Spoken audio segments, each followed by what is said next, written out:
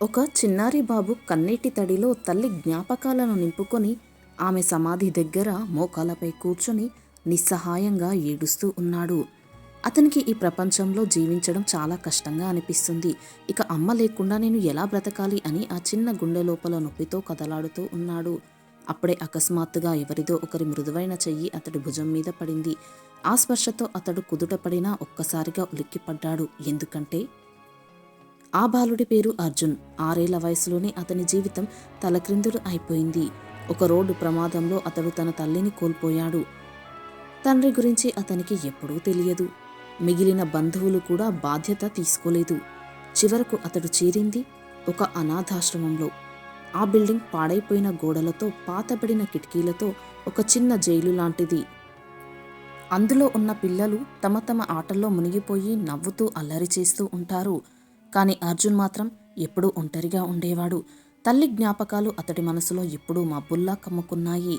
ఆశ్రమంలోని ఇతర పిల్లలు అతడిని అర్థం చేసుకోవడం కాదు కదా, ఎగతాళి చేయడం మాత్రమే చేసేవారు. అర్జున్, మీ అమ్మ చనిపోయింది, ఇక ఎప్పటికీ తిరిగి రాదు. ఇలాగే ఏడుస్తూ ఉంటే అప్పుడు ఎవరూ నిన్ను దత్తత తీసుకోరు. నువ్వు ఎప్పటికీ ఇక్కడే ఉండి పోతావు. నీ జీవితాంతం ఇక్కడే ఇక అంటూ వెక్కిరించేవారు. అర్జున్ రోజు కన్నీళ్లు కారుస్తూ గుండెల్లో మాటలు మౌనంగా గుసగుసలాడేవాడు. అమ్మా, నువ్వు మళ్ళీ వస్తావు కదూ, నన్ను నీతో పాటు తీసుకెళ్తావు కదూ, నేనిక్కడ అస్సలు ఉండలేకపోతున్నాను.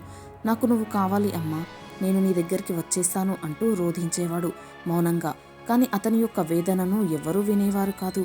ఒకరోజు అనాథాశ్రమ పిల్లలను బయటకి పార్కుకి తీసుకువెళ్లారు. పిల్లలు ఆడుకుంటూ గోల చేస్తూ ఉండగా అర్జున్ మాత్రం ఆ అవకాశం అస్సలు వదులుకోలేదు. వెంటనే ఆ జనం నుంచి తప్పించుకొని తన చిట్టి చిన్న కాళ్ళతో పరిగెత్తడం మొదలుపెట్టాడు. అతనికి తెలుసు తన అమ్మ ఎక్కడ నిద్రిస్తుందో అని. శ్మశానం వైపుగా అతని అడుగులు ఆగకుండా పరిగెత్తాయి. చివరకు అతడు అలా పరిగెత్తుతూ అతడు తన గమ్యాన్ని చేరుకున్నాడు. అతడు తల్లి దేవి పేరు చెక్కబడి ఉన్న రాతి సమాధి ముందు నిలబడ్డాడు. మోకాలపై కూర్చొని రాతిని తాకాడు. కన్నీళ్లు ఆగకుండా కారాయి. అమ్మా, నేను నిన్ను చాలా మిస్ అవుతున్నాను. నన్ను నీ దగ్గరికి తీసుకువెళ్ళు. ఈ ప్రపంచంలో నాకు నువ్వు తప్ప మరెవరూ లేరు అని ఆ చిన్న గొంతుతో అతడు విలవిలా ఏడుస్తూ అరుస్తూ ఉన్నాడు. అప్పుడే ఒక మృదువైన స్పర్శ అతడి భుజం మీద పడింది. దాంతో అర్జున్ ఒక్కసారిగా వెనక్కి తిరిగాడు. అక్కడ నిలబడి ఉన్నది ఒక అందమైన స్త్రీ. సూర్యకిరణాలు ఆమె వెనుక నుంచి విరజిమ్ముతూ ఉన్నాయి. ఆమె పసుపు రంగు చీరలో ఒక దివ్య కాంతిలా మెరుస్తూ ఉంది. బాబు, ఎందుకు నువ్వు ఇక్కడ ఇలా ఏడుస్తున్నావు? ఏమైంది నీకు అని మృదువైన స్వరంతో అడిగింది. అర్జున్ తనకొస్తున్న తన కన్నీటిని తుడుచుకుంటూ అన్నాడు, నాకు అమ్మ లేదు, నేను ఆమెను చాలా మిస్ అవుతున్నాను. మా అమ్మ ఇక్కడ నిద్రిస్తూ ఉంది అంటూ అమాయకంగా చెప్పాడు. ఆ స్త్రీ కళ్ళల్లో తల్లి మమకారం మెరిసింది.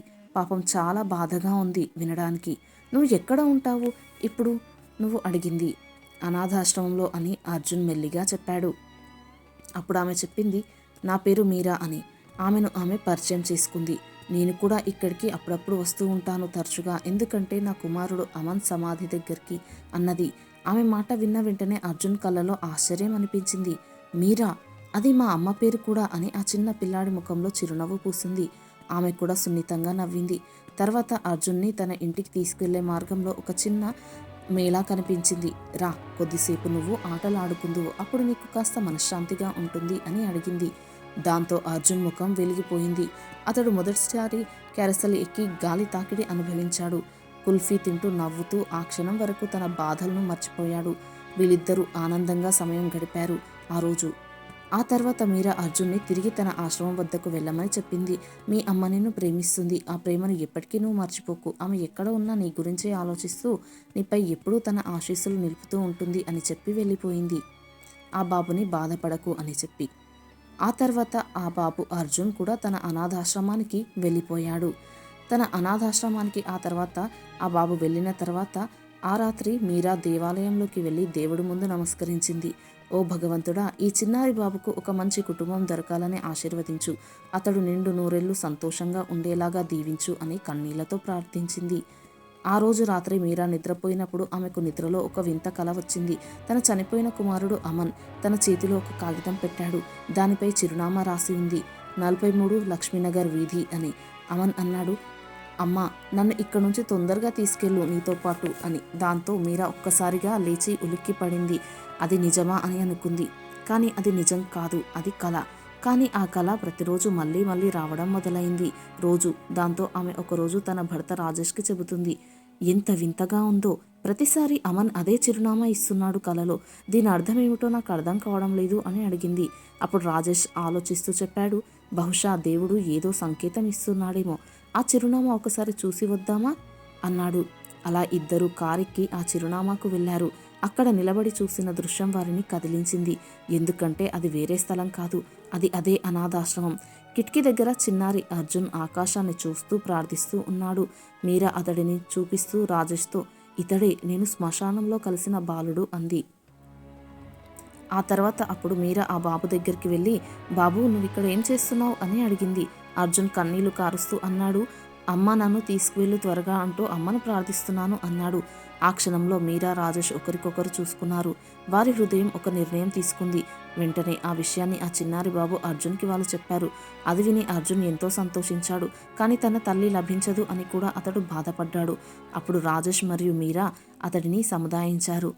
మీ అమ్మ దేవుడి దగ్గర సంతోషంగా ఉంది, కానీ నువ్వు తన గురించి ఇలా బాధపడుతూ ఉంటే అమ్మ కూడా అక్కడ బాధపడుతూ ఉంటుంది. మీ అమ్మే మమ్మల్ని ఇక్కడికి తీసుకువచ్చింది. ఆమె చెప్పింది, మా అర్జున్ని చాలా బాగా చూసుకోండి. నేనిక్కడ దేవుడి దగ్గర ఉన్నాను, కిందికి రాలేకపోతున్నాను. అందుకే మా అర్జున్ని బాగా చూసుకోండి అని మాకు చెప్పింది. అందుకే మీ అమ్మ చెప్పిన ప్రకారం మేము ఇక్కడికి వచ్చాము అని చెప్పారు. దాంతో అర్జున్ చాలా సంతోషించాడు. తర్వాత దత్తత ప్రక్రియ ప్రారంభమైంది. కొన్ని రోజుల తర్వాత అర్జున్ ఆ జైలు లాంటి అనాథాశ్రమం నుండి బయటకి వచ్చాడు. మీరా రాజేష్ల ఇంట్లో కొత్త జీవితాన్ని అతడు మొదలుపెట్టాడు. ఒక రాత్రి విందు సమయంలో అర్జున్ అన్నాడు, అమ్మ, భగవంతుడు నా ప్రార్థన విన్నాడు. అమ్మ నిజంగానే నన్ను తీసుకువెళ్ళింది. ఇప్పుడు నాకు కూడా ఒక కుటుంబం ఉంది. అమ్మ, నువ్వు పైనుంచి నన్ను చూస్తున్నావు కదూ, ఈ అమ్మలాగా నీలాగానే నన్ను ఈ అమ్మ ఎంతో ప్రేమిస్తుంది, నాన్న కూడా అన్నాడు. ఆ మాటలు విన్న మీరా కళ్ళల్లో కన్నీళ్లు వచ్చాయి. అతడి చెయ్యి పట్టుకొని, నాకు కూడా భగవంతుడు నా యొక్క ప్రార్థనను విన్నాడు. ఆ రోజు నేను దేవాలయంలో నీకు ఒక మంచి కుటుంబం దొరకాలి అని కోరుకున్నాను. కానీ అప్పుడు నాకు తెలియదు మేమే నీ కుటుంబం అవుతామని. ధన్యవాదాలు, బంగారు అవకాశం మాకు ఆ భగవంతుడు నీ ద్వారా ఇచ్చినందుకు అన్నారు. దాంతో అది విని అర్జున్ హృదయం నిండిపోయింది. ఇక అతనికి ఇప్పుడు ఒంటరితనం లేదు, ప్రేమతో నిండిన కుటుంబం దొరికింది. కాదంటారా? ఫ్రెండ్స్, ఈ వీడియోపై మీ విలువైన అభిప్రాయాన్ని తప్పకుండా కామెంట్స్లో తెలియచేయండి. అలాగే ఈ వీడియో గనక మీకు నచ్చినట్లయితే ప్లీజ్ లైక్ చేసి సబ్స్క్రైబ్ చేసుకోండి. Thanks for watching.